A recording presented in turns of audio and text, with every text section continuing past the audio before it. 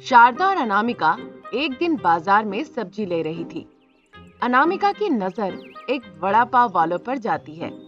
तभी वो कहने लगती है, माँ जी, मुझे बहुत भूख लगी है, क्यों ना कुछ नाश्ता कर लिया जाए। अनामिका की ऐसी बातें सुन के शारदा कहती है, कल ही तो बता रही थी कि डाइटिंग पे हो, बाहर का कुछ खाना नहीं खाओगी, फिर अचानक से क्या हो गया? माँ जी, वो देखिए वड़ा पाव की गाड़ी, उसे देखकर मुंह में पानी आ गया। अनामिका की ऐसी बातें सुन के शारदा कहती है, अरे भाई, तुम ऐसी ही वड़ा पाव खाती रही तो एक दिन मोटी हो जाओगी, फिर मेरी तरह फिगर कैसे मेंटेन कर पाओगी? शारदा की ऐसी बातें सुन के अनामिका हंसते हुए कहती है, माँ जी, आपकी तरह फिगर मेंटेन के लिए सिर्फ वड़ा पाव खाने से कुछ नहीं होगा, मुझे तो और भी बहुत सारी चीजें खानी पड़ेगी।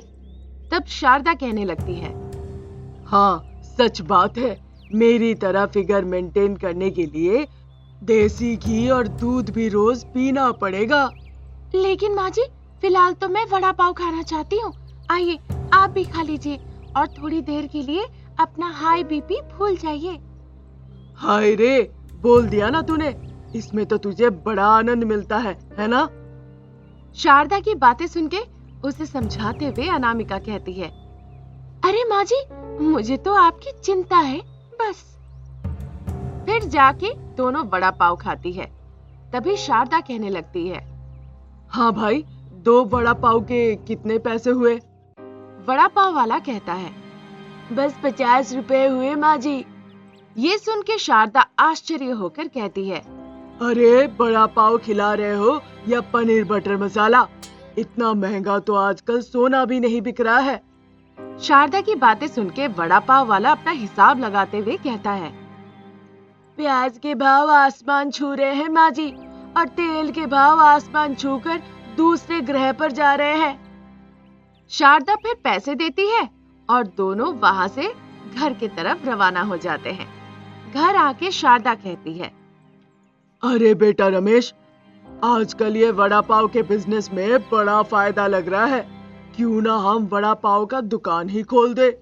शारदा के इस प्रस्ताव को सुनकर रमेश कहने लगता है, नहीं माँ, आप दोनों जो भी देखती है शुरू करने का सोचती है, ये फूड बिजनेस अपने बस का नहीं है, जिनको आता है वही कर सकते हैं।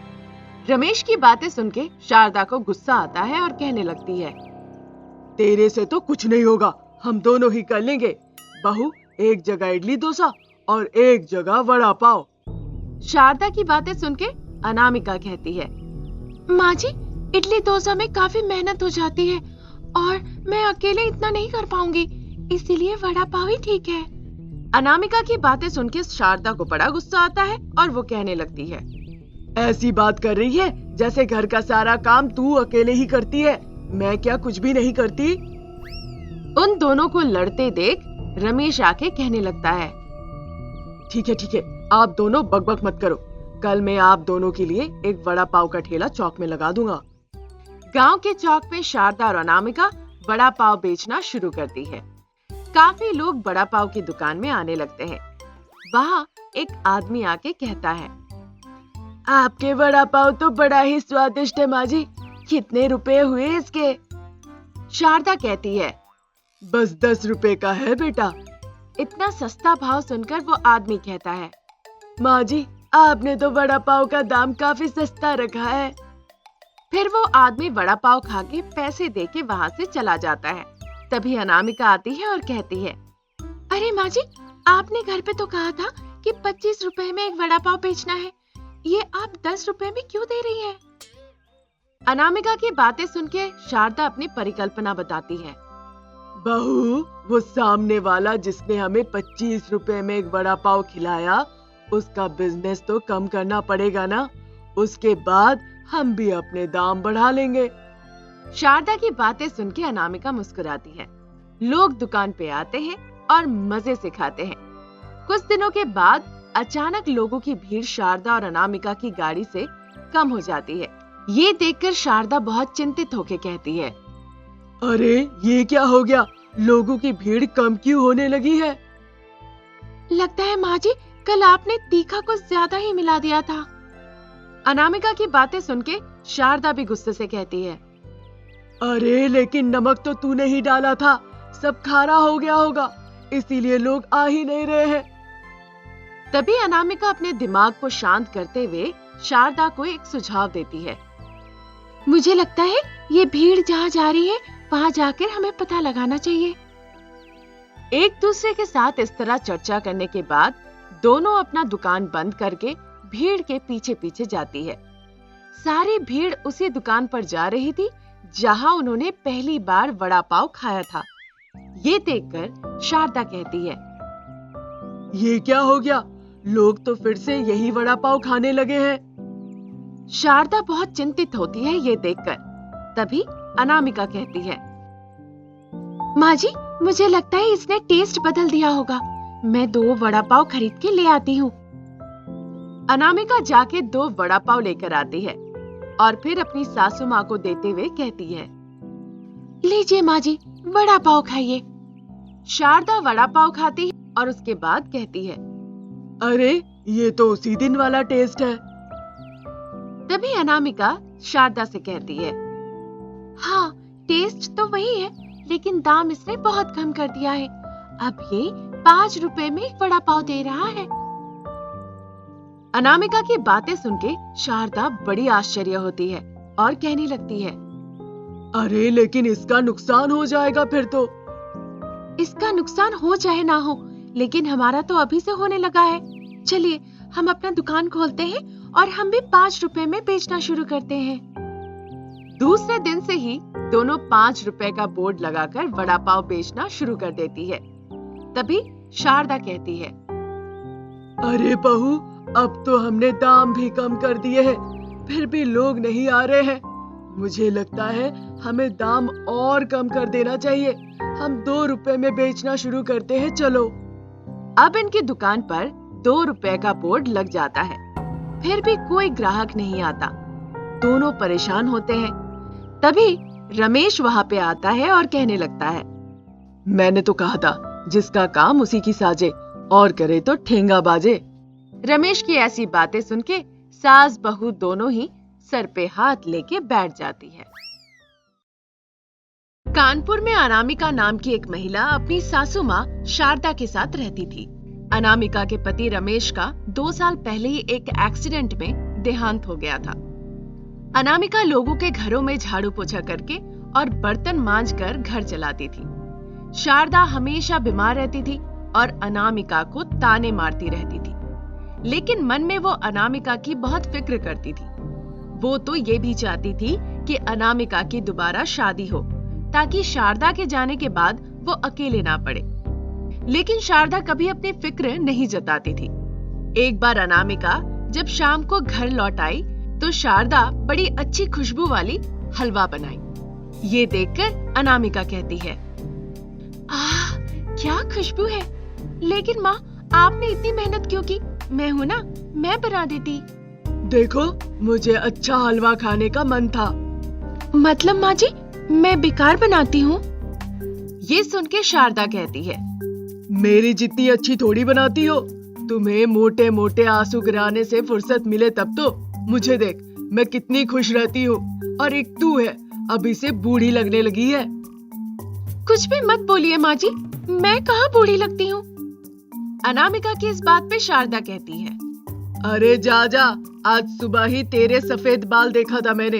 अच्छा, अब बकबक करके मेरा सर मत खाओ, हलवा खाओ, खास तुम्हारे लिए ही बनाई हूँ।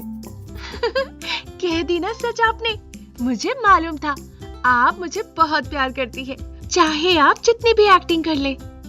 ये सुन के शारदा कहती है, धत, जगे हुए सपना ना देख, पागल, अब जा।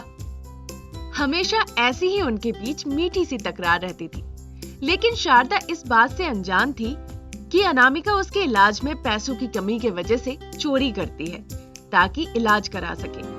एक बार एक सेठ ने उसको चोरी करते हुए पकड़ लिया और पुलिस को बुला लिया। माफ कर दीजिए साहब। अनामिका गिड़गिड़ा रही थी सेठ के आगे। चुप हो जा, चोरी की है, इंस्पेक्टर साहब गिरफ्तार कीजिए इसे। तभी इंस्पेक्टर साहब भी कहते हैं, चलो, अब तुम्हारा इलाज जेल में ही होगा। अनामिका विनती करते हुए कहती है, दया कीजिए साहब, मजबूर हूँ, मेरी बूढ़ी माँ घर पर है, छोड़ दीजिए, माफ कर दीजिए। चुप कर, चल पुलिस स्टेशन। फिर पुलिस अनामिका को गिरफ्तार कर लेती है। शारदा को ये खबर मिलते ही वो अनामिका के पास भाग के जाती है। ये क्या सुन रही हूँ मैं? चोरी जैसा पाप क्यों की तूने? माफ कीजिएगा माँ जी, इलाज के लिए पैसे कम पड़ रहे थे, मरने नहीं दे सकती मैं आपको। अनामिका की ऐसी बातें सुन के शारदा की आंखों में आंसू आ जाते हैं। मरने देती ना मुझे, इतना बड़ा खतरा क्यों ली? पैसे भी नहीं है हमारे पास, अब मैं तुझे बाहर कैसे निकालूं? उन दोनों की बातें वहां बैठा एक अनुराग नाम का पुलिस ऑफिसर सुन लेता है। उसको उन दोनों पर दया आती है। वो समझ जाता है कि अनामिका अच्छी महिला है, बस मजबूर है। वो उनके पास आकर धीरे से कहता है, माताजी आप जाइए, मैं मदद करूंगा। वादा करता हूँ कल अनामिका घर पे होगी। प्लीज आप आराम कीजिए। आपका एहसान मैं कभी नहीं भूलूंगी। बचा लीजिए मेरी बहू को। इसने विधवा होने के बाद से जो कुछ किया है मेरे भले के लिए ही किया है। हाँ हाँ भरोसा रखिए, अभी आप आराम कीजिए। अनामिका बड़ी हैरान थी कि एक अनजान ने उसके तरफ मदद का हाथ क्यों बढ़ाया। अगली सुबह अनामिका और शारदा दोनों बेचैन थे। कब आएंगे वो साहब? बस वही मेरी उम्मीद है। माँ जी क्यों इतनी उम्मीद कर रही हैं आप? दया करके उन्होंने कह दिया होगा बस, वो मेरी मदद क्यों करेंगे? उम्मीद छोड़ दीजिए माँ जी। तभी अनुराग वहाँ पर आकर कहने लगते हैं, ऐसे कैसे मैडम, इतनी जल्दी अपनी राय बना ली? मैं अपने वादे का पक्का हूँ। उसकी बातें सुन के शारदा कहती है, तो फिर क्या बेटा, आज अनामिका जेल से निकल पाएगी? जी बस 10 मिनट में निकल जाएंगी। मैंने सेठ को कंप्लेंट वापस लेने के लिए कह दिया है। कुछ पैसे लेकर वो मान गए, बस 10 मिनट में आ जाएंगे। वाह बेटा, बड़े नेक दिल के हैं आप। काश आप जैसे मसीहा हमेशा मेरे बहू के साथ होता। शारदा की ऐसी बातें सुन के अनुराग कहते हैं, मैं रहना चाहूंगा। अनुराग की ऐसी बातें सुन के अनामिका हैरान होकर कहती है, क्या? तभी वहाँ सेठ आ जाते हैं और शिकायत वापस ले लेते हैं। इंस्पेक्टर साहब भी अनामिका को छोड़ने को कह देते हैं। फिर अनुराग आके अनामिका से कहते हैं, कांग्रेचुलेशंस मैडम। तभी शारदा आके अनुराग से पूछती है, बेटा तुम अभी कुछ कह रहे थे? कुछ नहीं, छोड़िए। फिर अनामिका कहती है, सासू माँ चलिए। 1 मिनट बेटा, तुम कुछ कहना चाहते थे शायद। वैसे तुमने अनामिका पर कैसे भरोसा किया? आप पूछ ही रही है तो ठीक है। मेरी स्वर्गवासी पत्नी सीमा की याद दिला रही है अनामिका। न जाने क्यों मगर ये बिल्कुल उसी के जैसी है। इसकी आंखों में सच्चाई दिख रही है। अनुराग की ऐसी बातें सुन के अनामिका कहती है, ये सब आप क्या कह रहे हैं? माँ चलिए। तुम चुप रहो बेटा। तो क्या तुम हमेशा के लिए मेरी बहू के साथी बनोगे? मेरे बाद इसका कोई नहीं है। माँ जी बस कीजिए, आप जानती है ना मैं आपको छोड़कर कहीं नहीं जा सकती। अगर माँ हमारे साथ रहे तो मुझे भी फिर से माँ मिल जाएगी। तब क्या तुम बाकी जिंदगी का सफर मेरे साथ तय करोगी? अनुराग की ऐसी बातें सुन के अनामिका घबरा जाती है। आप कैसी बातें कर रहे हैं? एक विधवा से शादी करेंगे आप? हाँ अगर तुम चाहो तो। तभी शारदा अनामिका को मनाते हुए कहती है, बेटा मान जा, मेरी आधी तबीयत खुशी से ठीक हो जाएगी और तेरी जिंदगी भी सुधर जाएगी। शारदा की ऐसी बातें सुन के अनामिका हिचकिचाते हुए कहती है, ठीक है मैं वही करूंगी जिसमें माँ की खुशी हो। अनामिका के तैयार होने पे शारदा खुशी से कहती है, अरे तब तो शादी की तैयारियां शुरू कर दो बेटा।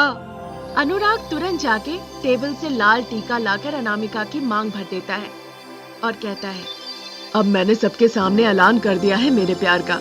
उम्मीद है अब आप मुझ पर भरोसा करेंगी। हाय, लोगों की जेल में जिंदगी बर्बाद हो जाती है और मेरी बहू की तो शादी होके जिंदगी संवर गई। शारदा की ऐसी बातें सुन के अनामिका कहती है, माँ। शारदा खुशी से धूमधाम से अपनी बहू अनामिका की फिर से शादी करा देती है। तब से अनामिका, शारदा और अनुराग एक साथ खुशी खुशी रहने लगते हैं।